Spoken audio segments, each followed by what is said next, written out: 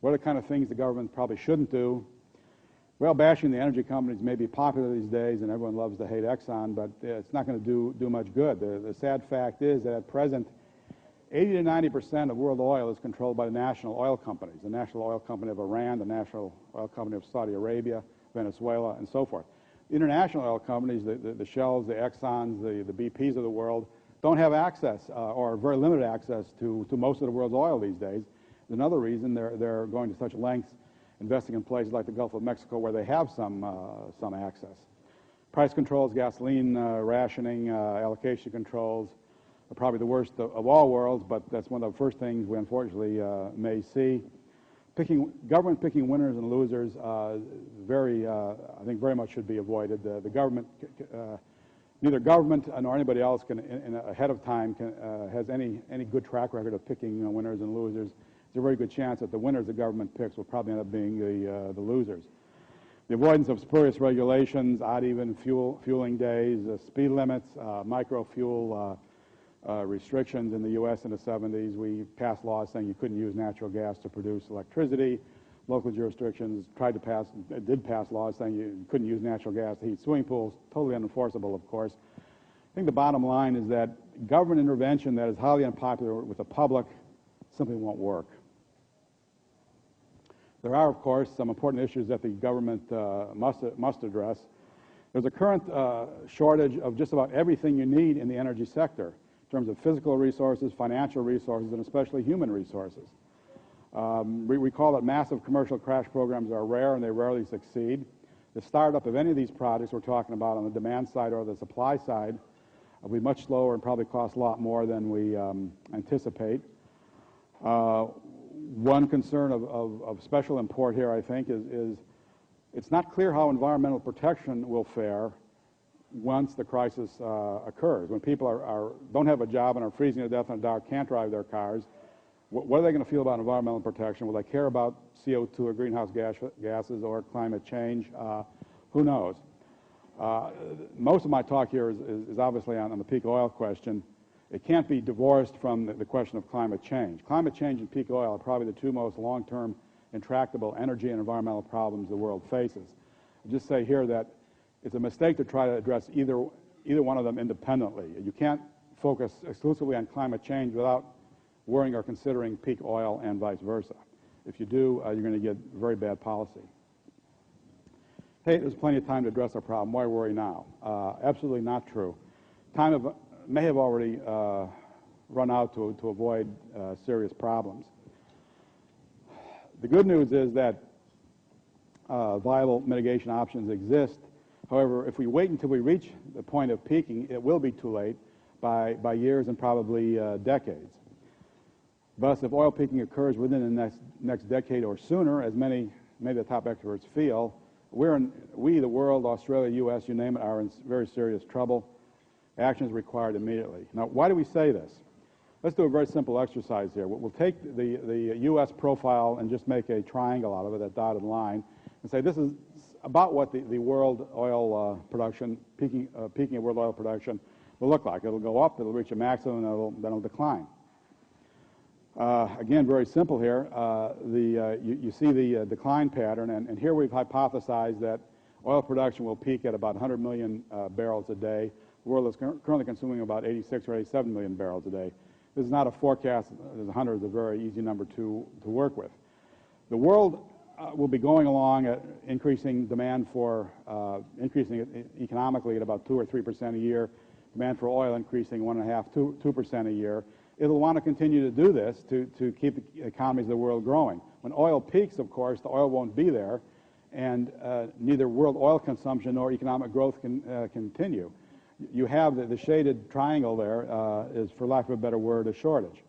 Here we've made some very conservative assumptions that demand will continue to increase, other things being equal, at about 2%, and oil would decline at about 2% a year. We ran three scenarios. We looked at, first of all, what it would take to remedy the problem if you waited until peaking before you did anything. We found that you've got shortages continuing forever. Now, why is this? I mentioned earlier that even if you tomorrow introduced mandatory fuel efficiency standards to increase vehicle fuel efficiency by 50% or 60%, it would take 15 years at least, because of the vehicle vintage and turnover, that before you make an appreciable dent either in the U.S. or the world's oil consumption. So you have to start at least 10 or 12 years in advance to get any measurable benefits from demand reduction in the vehicle fleet. What if you tried to do the work on the supply side, start building substitute fuel plants such as coal to liquids plants, oil shale plants, gas to liquid plants, going big for enhanced oil recovery, all of which are biomass plants, whatever you choose. These take decades to come into effect as well. For example, in the United States, if you wanted to build a modest-sized coal to liquid plant of 30,000 barrels a day, it would take you at least 2 or 3 years to get it sited, permitted, go through the environmental impact statement business, et cetera. Then you have to start building the thing. You have 4 years of construction. So it's at least 7 years out, but from the time you start till the time you're producing 1 barrel of substitute fuel. But you'd have to multiply this plant by several hundred for the U.S. alone to make an appreciable dent in the liquid fuel consumption of the United States, which is currently 22 million barrels a day and is forecast to increase to 28 million barrels a day by 2030.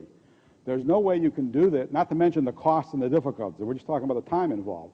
There's no way you can do any of these mitigation initiatives on the demand side or the supply side in less than about 10 to 12 to 15 years at a minimum. And that's if everything goes right. Let's say we start these mitigation options 10 years in advance. In other words, where the governments are very wise and they see the problem coming in 2017 or 2018 and start doing things now. Would that solve the problem? Well, it would make it a lot better, but even by the 7th or 8th year, you can't run fast enough to keep up with the decline in oil production.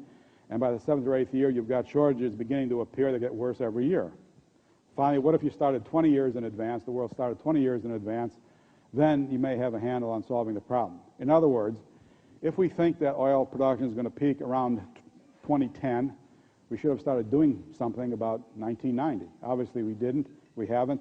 None of the governments of the world, with perhaps the possible exception of the Chinese, have even begun to address this in an aggressive manner now. Is why I said earlier that even if the optimists are right, that oil peaking doesn't occur until around 2020, about 12 or 13 years from now, we still have a very serious problem.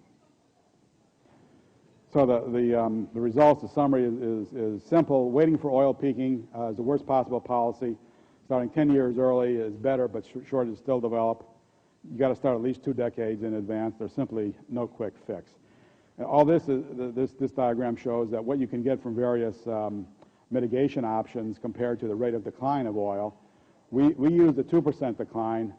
Geologists tell us that most oil wells decline a lot faster than that, 4%, 6% a year. 2% is bad enough, but if the decline rates are greater than that, then the world is really, really in trouble because there's no way you can replace that amount of oil. For example, we hypothesize that it happens at 100 million barrels a day. If the decline rate is 2 million barrels a day, that means that the first year after peaking, you have to come up with an additional 2 million barrels, not to increase the supply of oil for the world, just to keep it constant at 100 million. The second year, you need 4 million barrels a day. The third year, you need 6 million barrels a day. I just told you earlier to construct a modest-sized coal to liquids plant in the United States at 30,000 barrels a day takes 7 years. We're talking 7 years out times 2. That's 14 million barrel shortage. You do the numbers, and it's mind-boggling. If the decline rate is 4% a year, you need 4 million additional barrels the first year, 8 million the second, and so forth. That's not to increase the supply of oil. That's to keep it from declining further. We like to say that there are 2 kinds of risks here. They're highly asymmetric. Let's say you start some of these mitigation options on both the demand side and the supply side a couple of years earlier than you really have to. Well, there are opportunity costs and resource costs involved. However, look at the other side of the graph. If you delay them by a couple of years, the costs involved are much higher by a factor of 8 or 10. So again, the risk factors here are highly asymmetric. It's better to start early and be wrong than delay and start late and be wrong. If you want more to worry about, look at this. Consider the shortfall. Assume oil peaks at about 100 million barrels a day, declining at 2% a day. In 20 years, the shortfall is 80% of current world oil consumption. So within 20 years, we could be out 80% of 85 million barrels a day, whatever we are consuming at the present time. Again, you run the numbers with some simple calculations, and it's extremely worrying and depressing. I'd like to spend a minute on this chart. I'm getting close to the end now, and then I want to talk about some implications for the supply chain business. What are the implications of what I've just said here? Been talking about the costs and benefits of liquid fuel requirements, the implications thereof. How do we interpret this? Well, we can try to calculate what do we need to maintain the current energy regime. If the world is now consuming 87 million barrels a day and will need by 2020 115 or 120 million barrels a day or more, how do you make up that difference in terms of coal to liquid plants, oil shale, oil sands, so forth? And let me talk about oil sands just for a minute. People always tell you, well, look, the Canadians are producing 1 million barrels a day now of oil from oil sands. Why can't they just ramp that up? You know, it's taken the Canadians 38 years to get to 1 million barrels a day from oil sands. They're mammoth operations. There is a physical, financial, and environmental limit and energy-wise limitation to what they can do. Just an example of how long and difficult it is.